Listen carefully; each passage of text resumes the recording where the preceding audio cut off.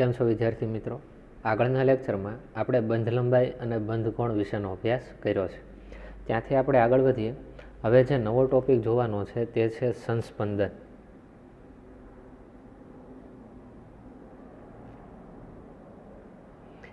કોઈ પણ અણુ અથવા આયનનું સંસ્પંદન બંધારણ કઈ રીતે બનાવવું તેના વિશેનો અભ્યાસ આપણે કરશું.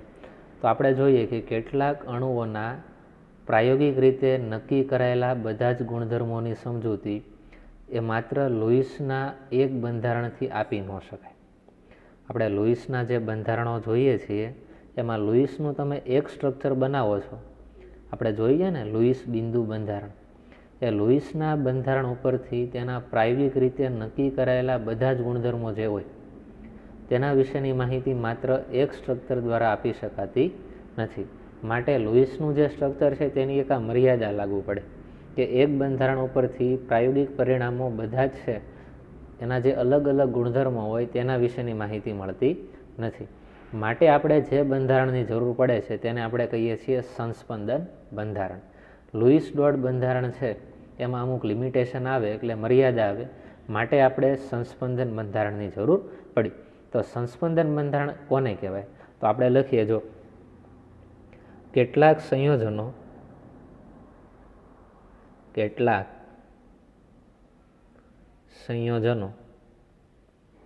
એક કરતાં વધુ બંધારણ ધરાવતા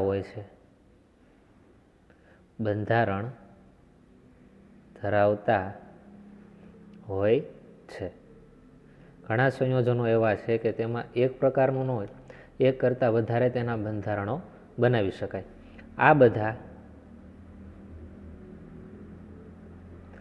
બંધારણો એકબીજામાં સતત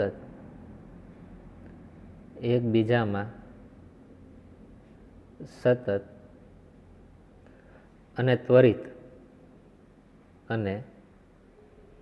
ત્વરિત રૂપાંતરિત થાય છે. આ બંને અથવા તો એક જ અણુ હોય તેના અલગ અલગ બંધારણો હોય તે પણ એકબીજામાં શું થતા હોય? સતત રૂપાંતરિત થતા રહેતા હોય. આવા પ્રકારના બંધને આપણે શું કહીશું? જેને સંસ્પંદન બંધારણ કહેવામાં આવે છે.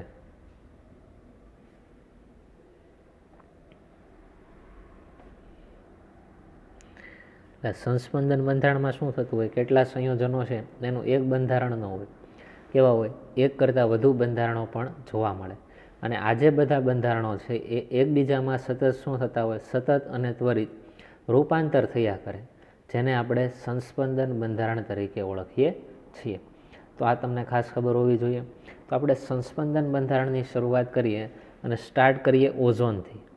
O3, જેને આપણે શું બોલીએ છીએ? ઓઝોન. અને તમને એ રીતે કીધું કે ઓઝોનનું સંસ્પંદન બંધારણ બનાવો. તો ઓઝોનનું સંસ્પંદન બંધારણ કઈ રીતે બને એ આપણે જોઈએ. તો જો ઓક્સિજન હોય તેની બાહ્યતમ કક્ષામાં કેટલા ઇલેક્ટ્રોન આવશે? તો આપણે કહેશું કે 6 ઇલેક્ટ્રોન હોય, કેમ કે ઓક્સિજનનો પરમાણુ ક્રમાંક 8. પહેલી કક્ષામાં 2 ઇલેક્ટ્રોન સમાશે, બીજી કક્ષામાં 6 ઇલેક્ટ્રોન હોય. એટલે ઓક્સિજનની બાહ્યતમ કક્ષામાં 6 ઇલેક્ટ્રોન હોય. તમે સંસ્પંદન બંધારણ બનાવો છો ત્યારે પણ બાહ્યતમ કક્ષામાં રહેલા ઇલેક્ટ્રોનને ધ્યાનમાં લેવાના છે. અંદરની કક્ષાના ઇલેક્ટ્રોનને આપણે ધ્યાનમાં લેતા નથી. તો શું થાય? જો 3 ઓક્સિજન આપણી પાસે છે તો એક કામ કરીએ, આપણે 3 ઓક્સિજન લખીએ. આ પહેલો ઓક્સિજન, આ બીજો ઓક્સિજન અને આ ત્રીજો ઓક્સિજન. હવે શું કરીએ? તો ઓક્સિજનની બાહ્યતમ કક્ષામાં કેટલા ઇલેક્ટ્રોન હોય? 6 ઇલેક્ટ્રોન હોય. તો 6 ઇલેક્ટ્રોન આપણે દર્શાવીએ. તો અહીંયા આપણે 6 ઇલેક્ટ્રોન મૂકી દઈએ. 1 2 3 4 5 6. અહીંયા 6 ઇલેક્ટ્રોન મૂકી દઈએ.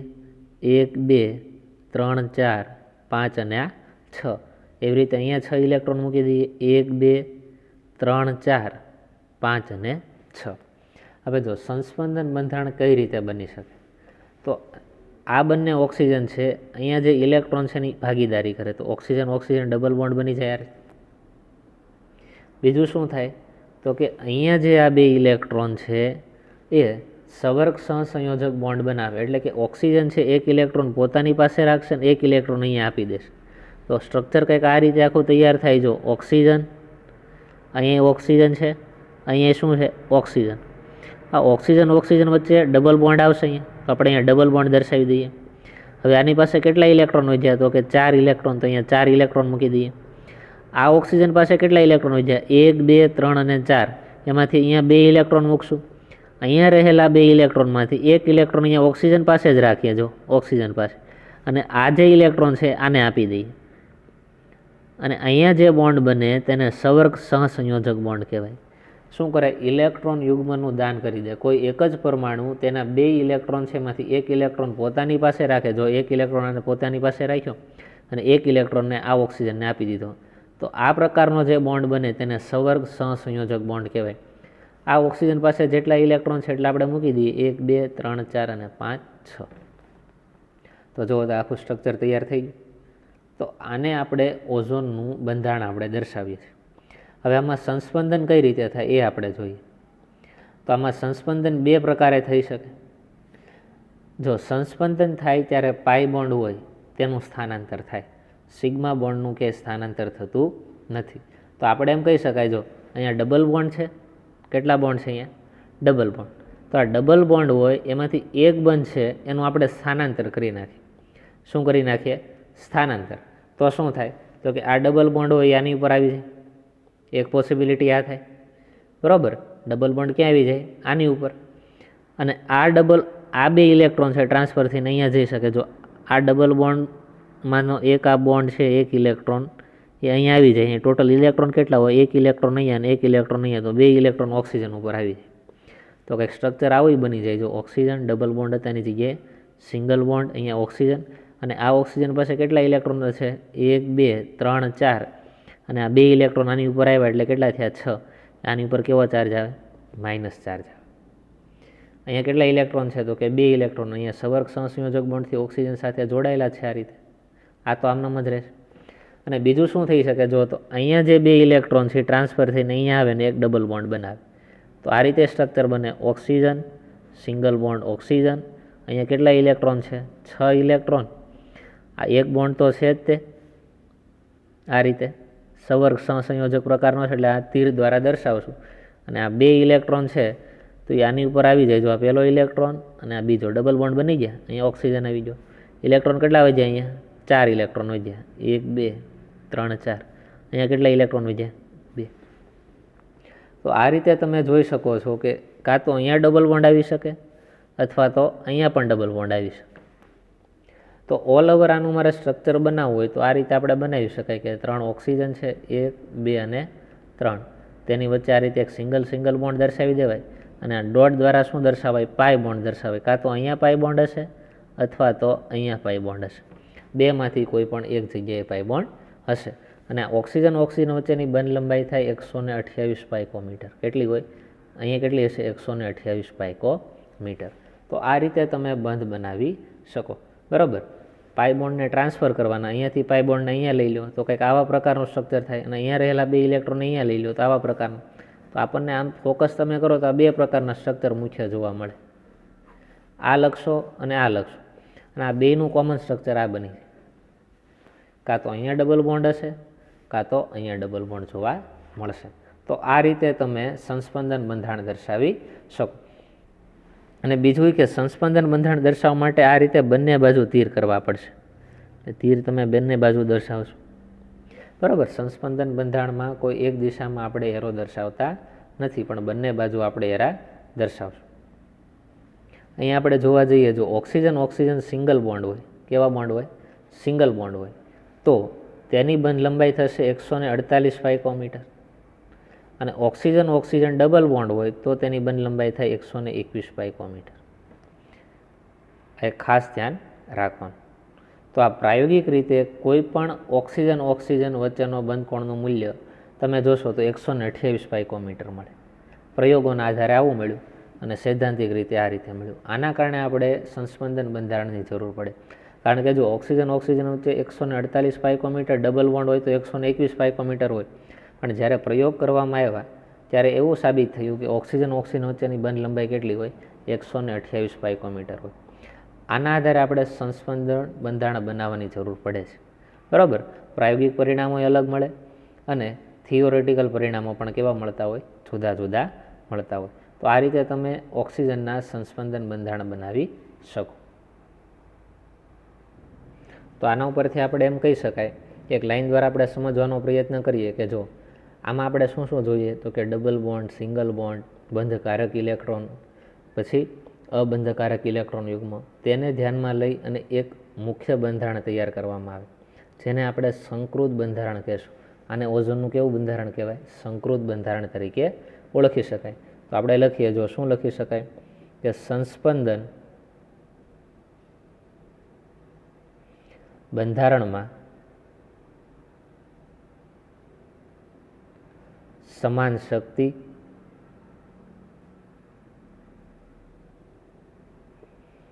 કેન્દ્રનું સમાન સ્થાન, કેન્દ્રનું સમાન સ્થાન તથા બંધકારક ઇલેક્ટ્રોન યુગ્મ, બંધકારક ઇલેક્ટ્રોન યુગ્મ અને બીજા કયા આવે? તો કે અબંધકારક ઇલેક્ટ્રોન યુગ્મને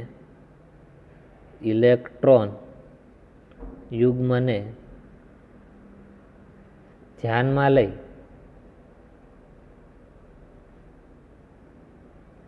એક સંસ્પંદન બંધારણ રજૂ કરાય છે. એક સંસ્પંદન બંધારણ રજૂ કરાય છે.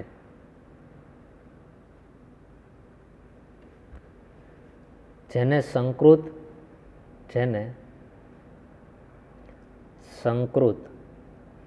સંસ્પંદન બંધારણ કહે છે. સંસ્પંદન બંધારણ કહે છે. બરાબર. એવું બંધારણ કે જેમાં સમાન શક્તિ, કેન્દ્રનું સમાન સ્થાન તથા તેમાં બંધકારક ઇલેક્ટ્રોન યુગ્મ અને અબંધકારક ઇલેક્ટ્રોન યુગ્મને ધ્યાનમાં લઈ અને જે એક સંસ્પંદન બંધારણ રજૂ કરીએ છીએ, જેને સંકૃત સંસ્પંદન બંધારણ તરીકે ઓળખવામાં આવે છે. બીજું શું આપણે કહી શકાય? તો કે સંસ્પંદન બંધારણ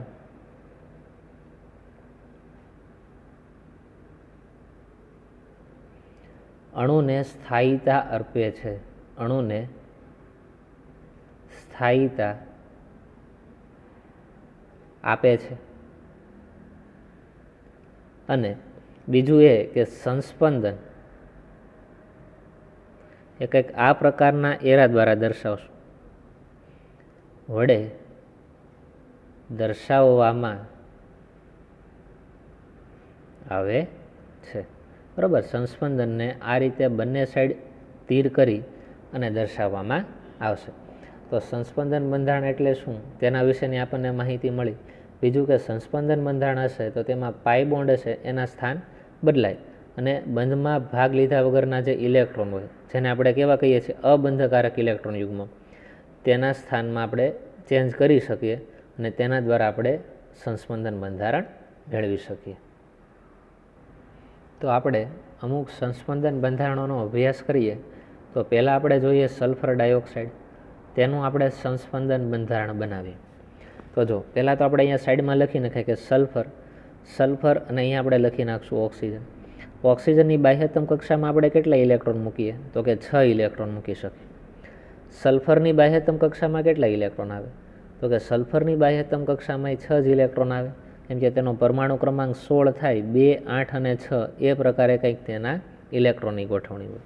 સલ્ફરનો પરમાણુ ક્રમાંક શું થાય? 16, 2, 8 અને 6 આ રીતની તેની ઇલેક્ટ્રોન રચના હોય. તો તેની બાહ્યતમ કક્ષાના જ ઇલેક્ટ્રોનને આપણે ધ્યાનમાં લઈશું એટલે 6 આવશે. ઓક્સિજન છે તેનો પરમાણુ ક્રમાંક 8, 2 અને 6 કંઈક આ પ્રકારની તેની ઇલેક્ટ્રોન રચના થાય. તો ઓક્સિજનની બાહ્યતમ કક્ષામાં આપણે કેટલા ઇલેક્ટ્રોન મૂકશું? તો કે આ રીતે 6 ઇલેક્ટ્રોન મૂકશું.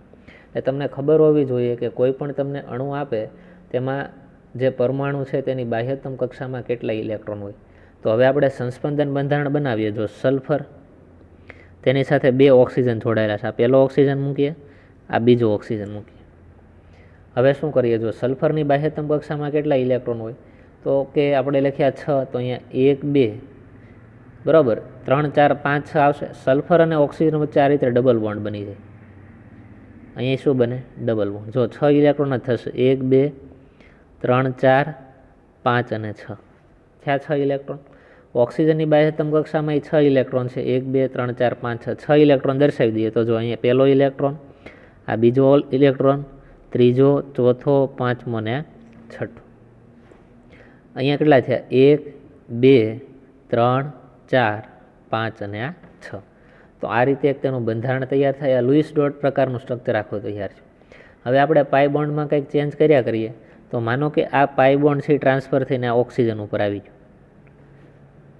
તો કેવા પ્રકારનું આપણને સ્ટ્રક્ચર મળશે જોઈએ. જો પાઈ બોન્ડ ટ્રાન્સફર થઈને અહીંયા ઓક્સિજન ઉપર આવે છે, તો કંઈક આ પ્રકારનું સ્ટ્રક્ચર આપણને મળશે. સલ્ફર ડબલ બોન્ડની જગ્યાએ હવે શું આવશે? Single bond oxygen. આ જે આખો એક બંધ છે, એટલે કે 2 ઇલેક્ટ્રોન છે ઓક્સિજન ઉપર આવી જાય. તો ઓક્સિજન ઉપર જો પહેલાં 4 ઇલેક્ટ્રોન તો હતા જ, તે આ 2 ઇલેક્ટ્રોન અહીંયા ઓક્સિજન ઉપર આવ્યા એટલે કેટલા થયા? તો કે 6 ઇલેક્ટ્રોન થયા. હવે અહીંયા વાત કરીએ તો અહીંયા તો શું છે? ડબલ બોન્ડ જ છે. તો અહીંયા ડબલ બોન્ડ દર્શાવીએ. ઓક્સિજન અહીંયા કેટલા ઇલેક્ટ્રોન છે? 1 2 3 અને 4, અને સલ્ફર ઉપર 2 ઇલેક્ટ્રોન છે. આ રીતનું સ્ટ્રક્ચર થઈ શકે, બરાબર. અને બીજી પોસિબિલિટી શું થાય? તો કે આ પાઈ બોન્ડ છે એના ઉપર ટ્રાન્સફર થઈ શકે. અહીંયા જે પાઈ બોન્ડ છે એ ટ્રાન્સફર થઈને આની ઉપર આવી શકે ને, બરાબર. અને આ છે અહીંયા જઈ શકે. એ રીતે પણ તમે સંસ્પંદન બંધારણ લખી શકો. તો આપણને કંઈક આ પ્રકારનું સંસ્પંદન બંધારણ મળે, બરાબર. આ પાઈ બોન્ડ છે અને અહીંયા તમે ટ્રાન્સફર કરો તો અહીંયા પાછા 2 ઇલેક્ટ્રોન આવી જાય. તો આ રીતે તેમાં તમને સંસ્પંદન બંધારણો અલગ અલગ જોવા મળતા રહે. તો આ બોન્ડને ટ્રાન્સફર કરીને તમે અહીંયા લાવો, આ બોન્ડને પાછો ટ્રાન્સફર કરીને અહીંયા લઈ જાઓ. તો આ રીતે સલ્ફર ડાયોક્સાઇડના અલગ અલગ પ્રકારના શું જોવા મળશે? સંસ્પંદન બંધારણો જોવા મળશે. ત્યારબાદ નવો ટોપિક આપણે જોઈએ, બંધ શક્તિ.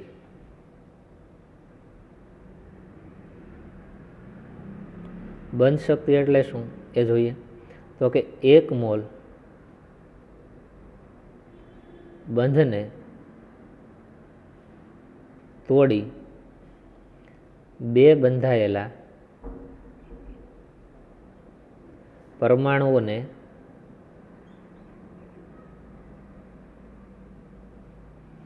વાયુ રૂપમાં મુક્ત કરવા, વાયુ રૂપમાં મુક્ત કરવા આપવી પડતી શક્તિને બંધ શક્તિ કહેવામાં આવે. બંધ શક્તિ કહે છે. શું કીધું? તો કે 1 મોલ બંધને તોડી જે 2 બંધાયેલા પરમાણુ એને વાયુ રૂપમાં મુક્ત કરવા માટે જે શક્તિની જરૂર પડે તેને બંધ શક્તિ કહેવાય. એક્ઝામ્પલ તરીકે આ 2 પરમાણુ છે અને આ એક બંધથી જોડાયેલા છે. તો આ એક મોલ લઈએ. કેટલા મોલ લઈએ? 1 મોલ એ અને બી છે. તો અહીંયાથી તમારે બોન્ડ તોડવા માટે જે શક્તિની જરૂર પડે તેને આપણે બંધ શક્તિ તરીકે ઓળખીએ. અને આનું રૂપાંતર કેમાં થઈ જશે? તો કે ગેસિયસ ફોર્મમાં થઈ જાય. એ અને બી થી વાયુ રૂપમાં રૂપાંતર થઈ જાય. માટે તમે જેને ઉર્જા આપો છો તે કયા એકમમાં વપરાય? તો કે કિલો જૂલ પ્રતિ મોલ એકમમાં લેવાનું, બરાબર. કેટલા કિલો જૂલ પ્રતિ મોલ જેટલી તમે ઉર્જા આપશો કે જેના કારણે આ 2 પરમાણુ વચ્ચે બોન્ડ તૂટી શકે, તે ઉર્જાને આપણે તેની બંધ શક્તિ તરીકે ઓળખીએ છીએ. અને તેમાં પણ આપણે જે બંધ જોવાના છે તેની આપણે વાત કરીએ તો પહેલાં જે જોશું એ કયો આવશે? હાઇડ્રોજન બંધ. હાઇડ્રોજન બંધ તેની આપણે એક વાત કરીએ. હાઇડ્રોજન બંધ કઈ રીતે બને તેના વિશેનો આપણે અભ્યાસ કરીએ. તો જો હાઇડ્રોજન બંધ છે એ ક્યારે બને? તો આપણે લખીએ કે જ્યારે હાઇડ્રોજન પરમાણુ પ્રબળ વિદ્યુત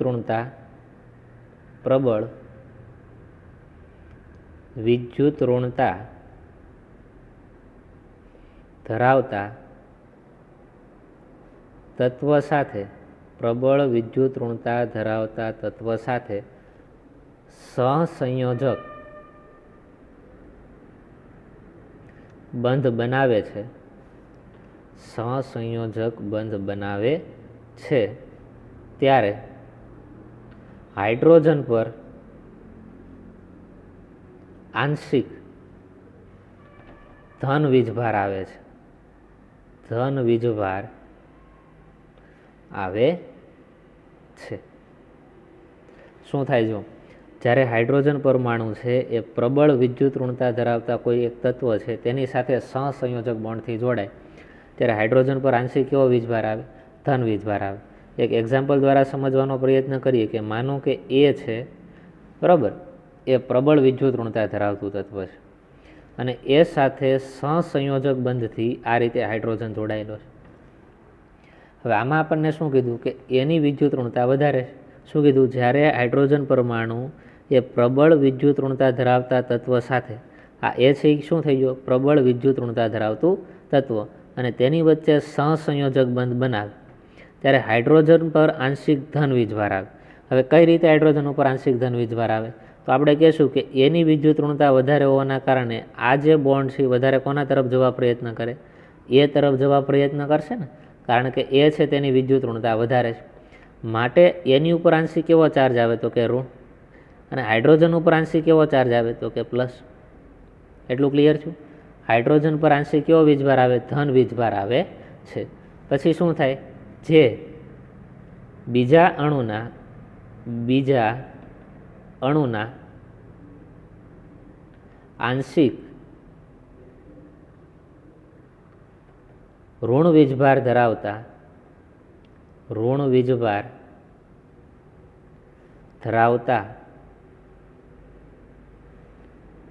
પરમાણુને આકર્ષે છે, છે. આ બંધને આપણે કેવો બંધ કહેશું? આ બંધને હાઇડ્રોજન બંધ કહેવામાં આવે છે. શું કરે? પહેલાં તો અહીંયા સુધી આપણે કમ્પ્લીટ કર્યું કે સહસંયોજક બંધ બનાવે ત્યારે હાઇડ્રોજન પર આંશિક ધન વીજભાર આવે. અહીંયા સુધી આપણે જોયું હાઇડ્રોજન ઉપર કેવો વીજભાર આવે? ધન. જે બીજા અણુ સાથે પાછી શું કરે? આંશિક ઋણ વીજભાર ધરાવતા પરમાણુને આકર્ષે. આવો નવો હું બીજો અણુ લઈ લઉં, એ અને એચ, તો અહીંયા શું આવે વીજભાર? તો કે નેગેટિવ. અને હાઇડ્રોજન ઉપર કેવો ચાર્જ આવે? પોઝિટિવ. તો શું કીધું? આ પહેલો અણુ છે, આ બીજો અણુ. અહીંયા હાઇડ્રોજન ઉપર જે ધન વીજભાર છે એ બીજા અણુના ઋણ વીજભાર પ્રત્યે કંઈક આકર્ષણ કરે. આ રીતે જો હાઇડ્રોજન છે પોઝિટિવ છે, એ છે કેવો છે? નેગેટિવ. તો અહીંયા હાઇડ્રોજન છે બીજા અણુના નેગેટિવ ચાર્જ ઉપર શું કરે? આ રીતે આકર્ષણ કરશે, જેના કારણે તેની વચ્ચે જે બોન્ડ બને છે આ બંધને તમે કહેશો હાઇડ્રોજન બંધ. કેવો બંધ કહેવાય? હાઇડ્રોજન બંધ તરીકે ઓળખવામાં આવે. એક એક્ઝામ્પલ દ્વારા સમજવાનો પ્રયત્ન કરીએ. જો અહીંયા જે બોન્ડ હતો એ કેવો છે? તો કે સહસંયોજક બંધ છે, બરાબર. અને અહીંયા જે બોન્ડ બને છે એ કેવો છે? હાઇડ્રોજન બોન્ડ છે. એક એક્ઝામ્પલ જોઈએ કે એક અણુ તમને આપી દઈએ કે હાઇડ્રોજન ફ્લોરાઇડ છે. શું આપીએ? Hydrogen fluoride. તો હવે શું થાય? જો હાઇડ્રોજન ફ્લોરાઇડ છે એને આપણે બીજી રીતે લખીએ. આવા 2 અથવા 3 અણુ લેવા છે. તો પહેલો લખીએ. જો પહેલાં હું ફ્લોરિન લખું, પછી સિંગલ બોન્ડ કરીને હાઇડ્રોજન લખું, પછી બીજી વાર આનું આ લખું ફ્લોરિન અને single bond hydrogen, fluorine single bond hydrogen. આ બધા શું છે? Hydrogen fluoride.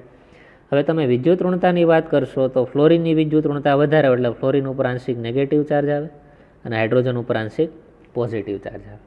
સેમ અહીંયા ફ્લોરિન ઉપર આંશિક નેગેટિવ ચાર્જ, હાઇડ્રોજન ઉપર આંશિક પોઝિટિવ ચાર્જ. ફ્લોરિન ઉપર આંશિક નેગેટિવ ચાર્જ, હાઇડ્રોજન ઉપર આંશિક પોઝિટિવ ચાર્જ.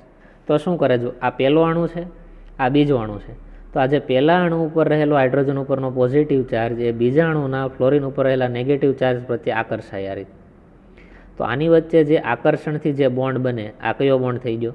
તો કે આ હાઇડ્રોજન બંધ છે. સેમ અહીંયા તે હાઇડ્રોજન પોઝિટિવ છે, ફ્લોરિન કેવો છે? નેગેટિવ. તો તેમાં એક પોઝિટિવ અને નેગેટિવ વચ્ચે વીજભારના આકર્ષણના કારણે જે બોન્ડ બને છે તે કેવો બને છે? હાઇડ્રોજન બંધ તરીકે ઓળખવામાં આવશે.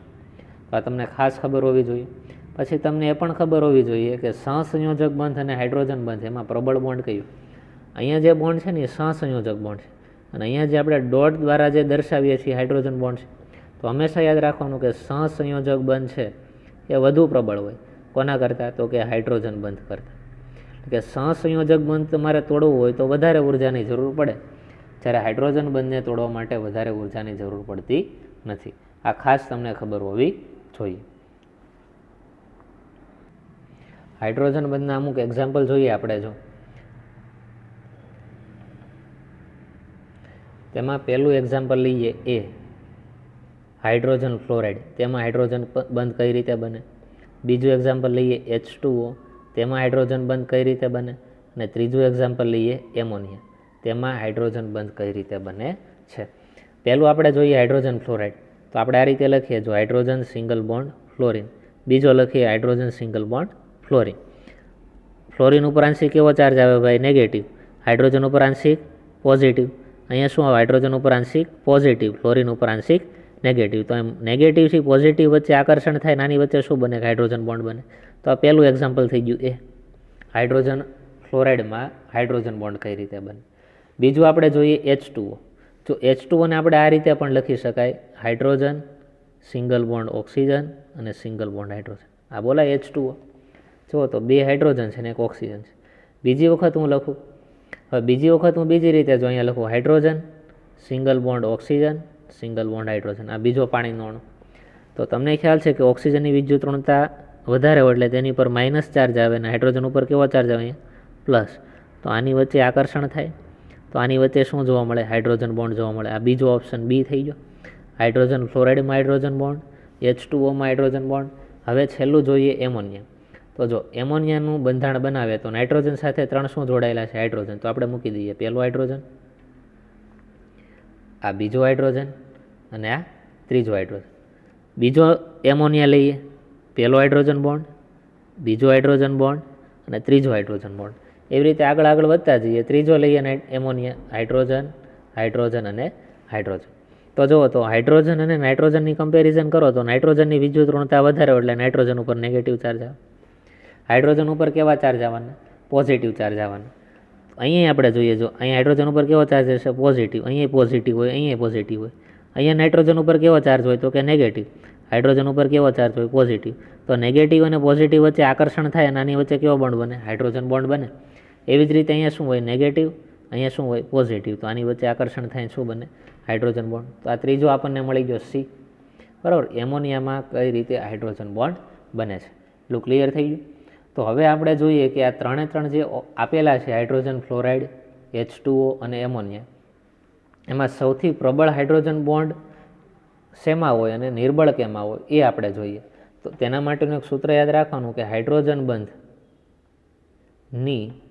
પ્રબળતા એ વિદ્યુત ઋણતાના સમપ્રમાણમાં હોય. વિદ્યુત ઋણતાના સમપ્રમાણમાં હોય. હાઇડ્રોજન બંધની પ્રબળતા એ કોના સમપ્રમાણમાં હોય? તો કે વિદ્યુત ઋણતાના સમપ્રમાણમાં હોય. તો જે અણુની વિદ્યુત ઋણતા વધારે આમાં જોવા મળશે તેમાં હાઇડ્રોજન બોન્ડ પ્રબળ હશે. તો આમાં જુઓ તો અહીંયા છે ફ્લોરિન, અહીંયા છે ઓક્સિજન અને અહીંયા છે નાઇટ્રોજન. તો સૌથી વધારે વિદ્યુત ઋણતા કોની હોય? તો કે ફ્લોરિનની હોય. માટે હાઇડ્રોજન ફ્લોરાઇડ છે એમાં હાઇડ્રોજન બોન્ડ પ્રબળ હોય. એના કરતાં ઓછી વિદ્યુત ઋણતા કોની હોય? તો કે આપણે કહીશું ઓક્સિજનની. તો એના કરતાં ઓછો પ્રબળ હાઇડ્રોજન બોન્ડ કેમાં હશે? તો કે H2Oમાં. અને એના કરતાં પણ ઓછી વિદ્યુત ઋણતા કોની હોય? તો કે નાઇટ્રોજન. તો એના કરતાં પણ ઓછો પ્રબળ હશે એ એમોનિયામાં હાઇડ્રોજન બોન્ડ હશે. તો આ રીતે હાઇડ્રોજન બંધની પ્રબળતા તમને ખાસ ખબર હોવી જોઈએ. બરાબર. કે પ્રબળતા કેમ વધે? તો કે વિદ્યુત ઋણતામાં વધારો થતો જાય તેમ હાઇડ્રોજન બંધની પ્રબળતામાં પણ વધારો જોવા મળે છે. તેના બંધની પ્રબળતાની જ્યારે વાત કરીએ, જો હાઇડ્રોજન ફ્લોરાઇડ છે, હાઇડ્રોજન બંધની પ્રબળતા એટલે કે આ બોન્ડને તમારે તોડવું હોય તો તમારે 41.8 કિલો જૂલ પ્રતિ મોલ જેટલી ઉર્જાની જરૂર પડે. જ્યારે H2Oમાં રહેલા હાઇડ્રોજન બોન્ડને તોડવા માટે 29.3 કિલો જૂલ પ્રતિ મોલ જેટલી ઉર્જાની જરૂર પડે. અને એમોનિયામાં રહેલા હાઇડ્રોજન અને નાઇટ્રોજન વચ્ચેનો બોન્ડ તોડવો હોય તો તેમાં 12.6 કિલો જૂલ પ્રતિ મોલની જરૂર પડે. તો તમે આ ઉર્જાની વેલ્યુ પરથી નક્કી કરી શકો કે કયા હાઇડ્રોજન બંધને વધારે ઉર્જા આપવી પડે. તો તમે કહેશો કે ફ્લોરિન અને હાઇડ્રોજન વચ્ચેનો બોન્ડ તોડવો હોય તો વધારે ઉર્જાની જરૂર પડે, જો 41.8 કિલો જૂલ પ્રતિ મોલ. જ્યારે એમોનિયામાં રહેલા નાઇટ્રોજન અને હાઇડ્રોજન વચ્ચેનો બોન્ડ તોડવા માટે એટલા બધી ઉર્જાની જરૂર નથી પડતી, માત્ર 12.6 કિલો જૂલ પ્રતિ મોલની જરૂર પડે છે. તો આ કિંમત તમારે યાદ નથી રાખવાની, પણ તમારી સમજ માટે છે કે હાઇડ્રોજન અને ફ્લોરિન વચ્ચેનો બોન્ડ તોડવા 41.8 કિલો જૂલ પ્રતિ મોલ ઉર્જાની જરૂર પડે, જે વધારે છે. જ્યારે એમોનિયામાં હાઇડ્રોજન અને નાઇટ્રોજન વચ્ચેનો જે બોન્ડ હોય, જો નાઇટ્રોજન અને હાઇડ્રોજન વચ્ચે, નાઇટ્રોજન અને હાઇડ્રોજન વચ્ચે, તે બોન્ડને તમે ઇઝીલી તોડી શકો. 12.6 કિલો જૂલ પ્રતિ મોલ જેટલી ઉર્જા આપો તો પણ તેમાંથી તૂટી જશે. તો આમ હાઇડ્રોજન ફ્લોરાઇડ છે એમાં હાઇડ્રોજન બંધની પ્રબળતા વધારે હોય, જ્યારે એમોનિયામાં રહેલા હાઇડ્રોજન બંધની પ્રબળતા કેવી જોવા મળે? ઓછી જોવા મળશે.